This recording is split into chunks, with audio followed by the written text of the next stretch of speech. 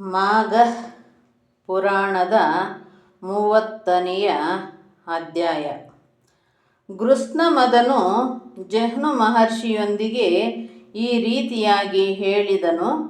ಜಹ್ನು ಮಹರ್ಷಿ, ಧರ್ಮ ಸಾಧನವಾದ ಮಾಸಗಳಲ್ಲಿ ಮಾಘ ಮಾಸವು ಸರ್ವಶ್ರೇಷ್ಠವಾದುದು. ಯಜ್ಞ ಮೊದಲಾದ ಸಮಸ್ತ ಕರ್ಮಫಲವು ಮಾಘ ಮಾಸ ವ್ರತದಿಂದಲೇ ಸಿದ್ಧಿಸುವುದು.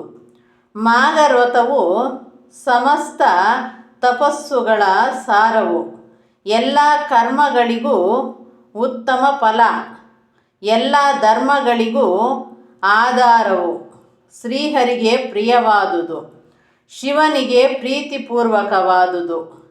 ಈ ಮಾಘ ಮಾಸ ಪ್ರಭಾವವನ್ನು ಕೇಳಲು ಅಪೇಕ್ಷೆ ಪಟ್ಟಿದ್ದರಿಂದ ನಿನಗೆ ಹೇಳಿದ್ದೇನೆ. ಶ್ರೀಹರಿಯ ಭಕ್ತನಾದ ಮಾನವನು ಎಲ್ಲ ಧರ್ಮಗಳನ್ನು ನಿರ್ವಹಿಸದೇ ಹೋದರೂ ಮಾಘ ಮಾಸ ವ್ರತವನ್ನು ನಿಷ್ಠೆಯಿಂದ ಮಾಡಬೇಕು. ಅದರಿಂದ ಸಮಸ್ತ ಧರ್ಮಗಳನ್ನು ಆಚರಿಸಿದ ಫಲವು ದೊರೆಯುವುದು.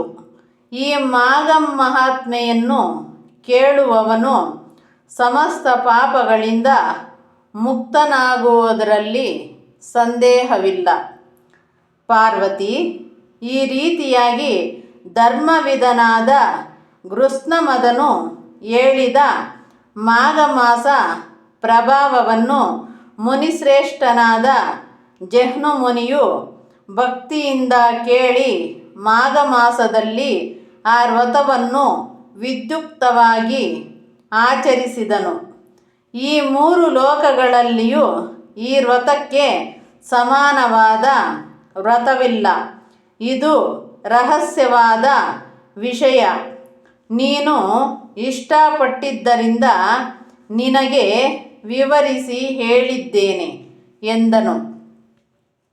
ಶೌನಕಾದಿ ಮುನಿಗಳಿರ ಪೂರ್ವಕಾಲದಲ್ಲಿ ರಜತಾದ್ರಿಯಲ್ಲಿ ಕೈಲಾಸ ಲೋಕದಲ್ಲಿ ಪಾರ್ವತೀ ದೇವಿಗೆ ಶಂಕರನು ಹೇಳಿದ ಮಾಘ ಮಾಸ ವ್ರತ ಮಹಾತ್ಮೆಯನ್ನು ಭಕ್ತಿ ಶ್ರದ್ಧೆಗಳಿಂದ ಕೇಳಲು ನಿಮಗೆ ಹೇಳಿದ್ದೇನೆ.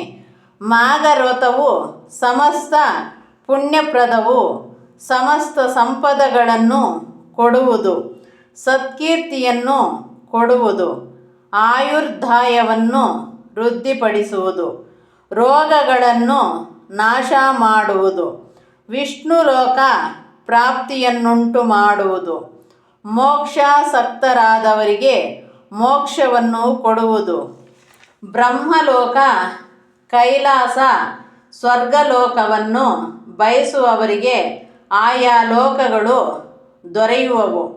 ಈ ಮಾಘ ವ್ರತವನ್ನು ಒಳ್ಳೆಯ ಬುದ್ಧಿಯಿಂದ ಭಕ್ತಿ ಶ್ರದ್ಧೆಗಳಿಂದ ಕೇಳುವವರಿಗೆ ಮಾತ್ರ ಹೇಳಬೇಕು. ಭಕ್ತಿ ಶ್ರದ್ಧೆಗಳಿಲ್ಲದವನಿಗೆ ಹೇಳಬಾರದು. ಧೀಮಂತನು ಈ ವಿಷಯವನ್ನು ಮನಸ್ಸಿನಲ್ಲಿ ಇಟ್ಟುಕೊಂಡು ಸದ್ಗುಣಶೀಲನಾದ ಸ್ತೋತ್ರನು ಲಭಿಸಿದಾಗಲೇ ಈ ಮಾಘ ಮಾಸ ಮಹಾತ್ಮೆಯನ್ನು ಹೇಳಬೇಕು. ಇದು ಸತ್ಯವು ಎಂದು ಪೌರಾಣಿಕನು ಶೌನಕಾದಿ ಮುನಿಗಳಿಗೆ ಹೇಳಿದನು. ಇಲ್ಲಿಗೆ ಮಾಘ ಪುರಾಣದ 30ನೆಯ ಅಧ್ಯಾಯವು ಸಂಪೂರ್ಣವಾದುದು. ಓಂ ಶಾಂತಿ ಶಾಂತಿ ಶಾಂತಿ. ಮಾಘ ಸ್ನಾನದ ವಿವರಣೆ.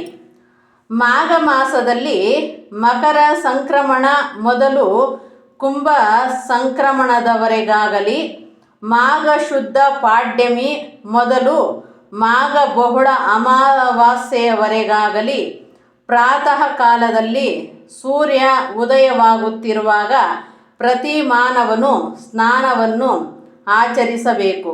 ಸೂರ್ಯೋದಯವಾದ ನಂತರ ಮಾಡುವ ಸ್ನಾನವು ವ್ರತವಾಗಲಾರದು. ಮಾಘ ಮಾಸದಲ್ಲಿ ಸೂರ್ಯೋದಯದ ಸಮಯದಲ್ಲಿ ಜಲಗಳೆಲ್ಲವೂ ಬಹಳ ಪವಿತ್ರವಾಗಿರುವವು. ಸುರಪಾನದ ಪಾಪವನ್ನು ಕೂಡ ಪರಿಹಾರ ಮಾಡುವವು. ಈ ಮಾಸದಲ್ಲಿ ಬಿಸಿ ನೀರಿನಿಂದ ಮನೆಯಲ್ಲಿಯೇ ಸ್ನಾನ ಮಾಡಿದರೂ 6 ವರ್ಷಗಳು ಶ್ರದ್ಧಾ ಭಕ್ತಿಯಿಂದ ವ್ರತವನ್ನು ಮಾಡಿದರೆ ಸ್ನಾನ ಫಲವು ದೊರಕುವುದು. ಕೆರೆ ಕಾಲುವೆಗಳಲ್ಲಿ ಮಾಡುವ ಸ್ನಾನಕ್ಕಿಂತ ನದಿ ಸ್ನಾನವು 10ರಷ್ಟು, ಮಹಾನದಿಯಲ್ಲಿ ಸ್ನಾನ ಮಾಡುವುದು 100ರಷ್ಟು, ಗಂಗಾ ನದಿ ಸ್ನಾನವು 1000ದಷ್ಟು, ಗಂಗಾ ಯಮುನಾ ನದಿಗಳ ಸಂಗಮವಾದ ಪ್ರಯಾಗ ಸ್ನಾನವು ಶತಸಹಸ್ರದಷ್ಟು ಫಲವನ್ನು ಕೊಡುವುದು. ಎಲ್ಲಿಯೇ ಸ್ನಾನ ಮಾಡಿದರೂ ಪ್ರಯಾಗವನ್ನು ಶ್ರೀಹರಿಯನ್ನು ಸ್ಮರಿಸುತ್ತಿರಬೇಕು. ಸ್ನಾನವನ್ನು ಸಂಕಲ್ಪಪೂರ್ವಕವಾಗಿ ಮಾಡಬೇಕು. ದುಃಖವನ್ನು ದಾರಿದ್ರ್ಯವನ್ನು ನಾಶ ಮಾಡಲು ಅಘನಾಶಿನಿಯಾದ ಈ ಮಾಘ ಸ್ನಾನವನ್ನು ಶ್ರೀ ವಿಷ್ಣು ಪ್ರೀತಿಗಾಗಿ ಮಾಡುತ್ತಿದ್ದೇನೆ. ಶ್ರೀಹರಿ, ಕೃಷ್ಣ, ವಾಸುದೇವ, ಗೋವಿಂದ, ಅಚ್ಯುತ, ಮಾಧವ, ನಾನು ಮಾಡುವ ಈ ಮಾಘ ಸ್ನಾನಕ್ಕೆ ತಕ್ಕ ಫಲವನ್ನು ಕೊಡು ಎಂದು ಶ್ರೀ ಮಹಾವಿಷ್ಣುವನ್ನು ಪ್ರಾರ್ಥಿಸಿ ಅನಂತರ ಸ್ನಾನ ಮಾಡಬೇಕು. ಆಮೇಲೆ ಬ್ರಾಹ್ಮಣ ಸಂತರ್ಪಣೆಯನ್ನು ಮಾಡಬೇಕು. ಇಂತು ಮಾಘ ಪುರಾಣ ಸ್ನಾನದ ವಿವರಣೆ ಸಂಪೂರ್ಣವಾಯಿತು.